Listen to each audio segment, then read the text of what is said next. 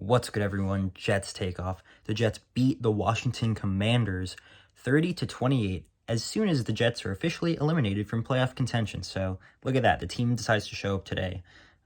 But they won on a last-second field goal. Good for Greg Zurlein. He was money in today's game.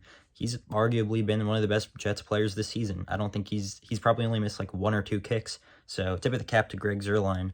But, we got the news this morning that Robert Saleh and Nathaniel Hackett are both safe. They're not going to be leaving. They're going to be here next year. And that is frustrating. And when you take into account today, the Jets, they got into that early lead 17-0. But let's be real, the Jets got lucky. The first time, Sam Howell, first pass of the game, Sam Howell, money to his receiver, right, hits him right in the hands, drops it. Next play, another drop by the Washington Commanders, but this time the Jets return it for an interception. So they can't even score a touchdown while they're gifted field position in like the 15, or actually I think it was the 20. So you go to the other time where the Jets get the ball. It's a blocked punt.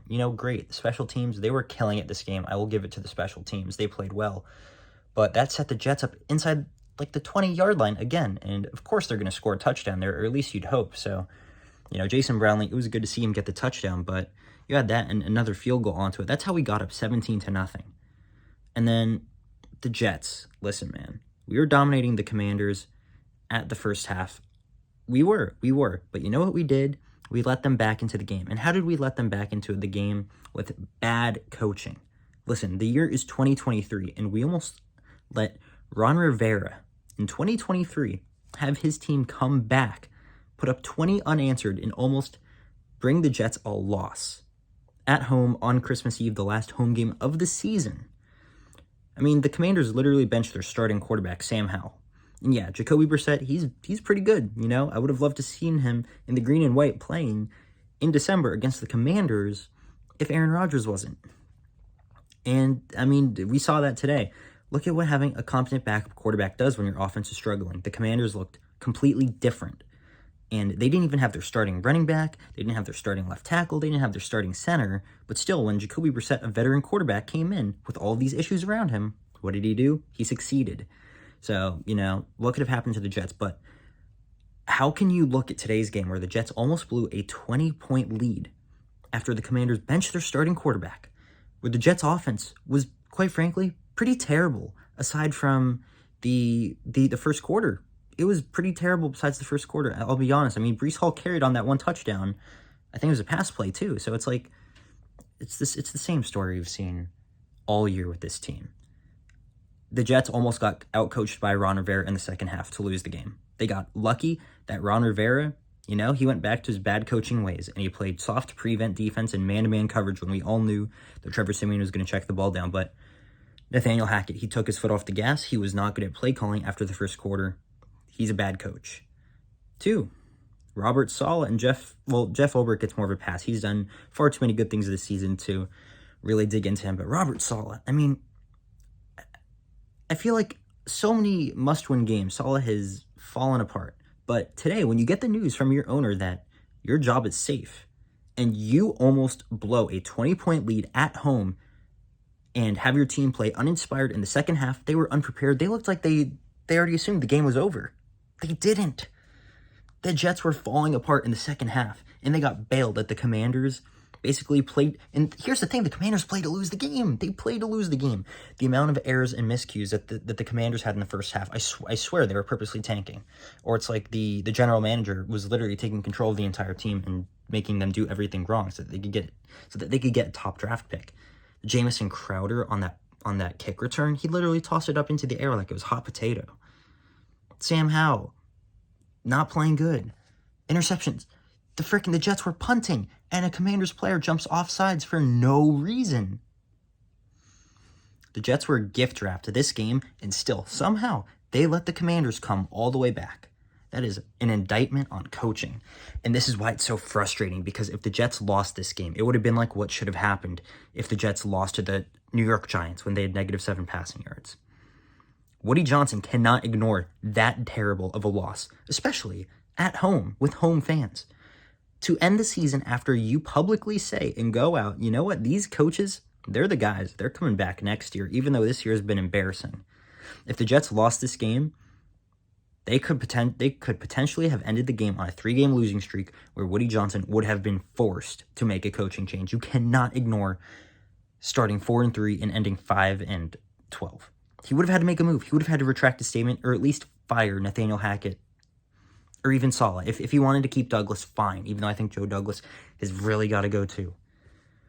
Not only that, with today's win, the Jets, they're no longer having a top 5 pick. If the Jets lost today, they would have had the 4th overall pick in the draft. 4. So frustrating. That's why this win is frustrating, because if the Jets dominated the entire game, you know what? Fine.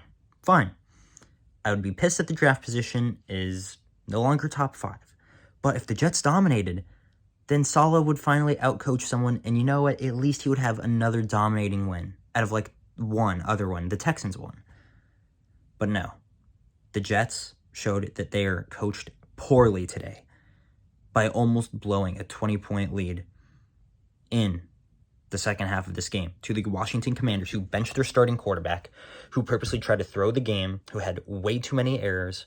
And also, the Jets were penalized for over 150 yards today. That lies on coaching. That is coaching. Some of the penalties were iffy, but still, that's coaching.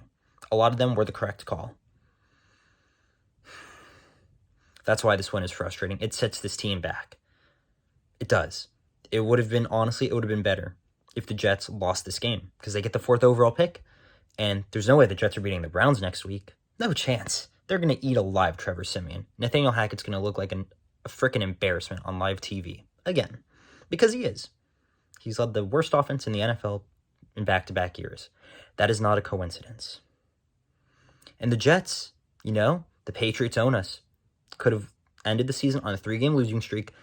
We could have forced Woody Johnson to stop being a coward and to replace a bad coach with a good one.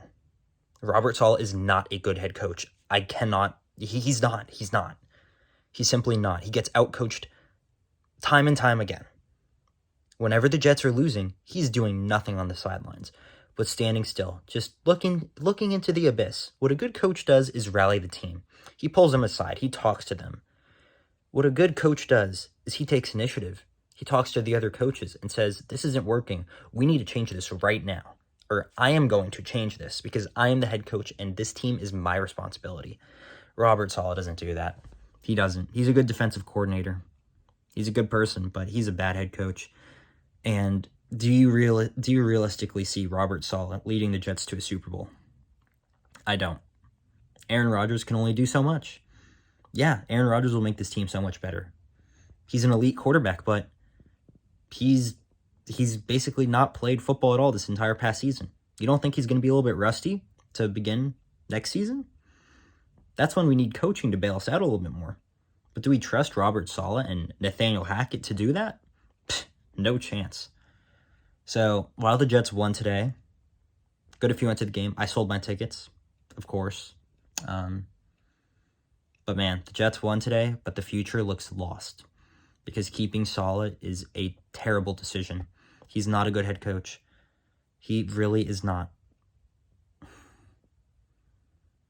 And Woody Johnson's argument is that Aaron Rodgers will be back. With competent quarterback play, this team will be better. Will it really? Because every team in the NFL deals with their quarterback being hurt.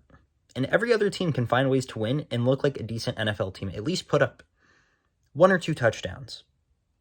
The Jets have not been able to do that this season, and they got it. They were playing the worst rated defense in the NFL today, and they were struggling on offense aside from the first quarter. That's an indictment on how bad Nathaniel Hackett is. The Jets almost blew a 20-point lead at home because they thought the game was over. That lies on the head coach, Robert Saleh. His defense. You want to praise him for the defense? Get mad at him when his defense was getting cooked up by Jacoby Brissett, with the team who's starting left tackle, center, and starting running back were all out. This win frustrates me. It really does. I'm so if you like today's win, I'm happy for you. But for me, the reason we lost is because we lost a top 4 pick. We would have had number 4.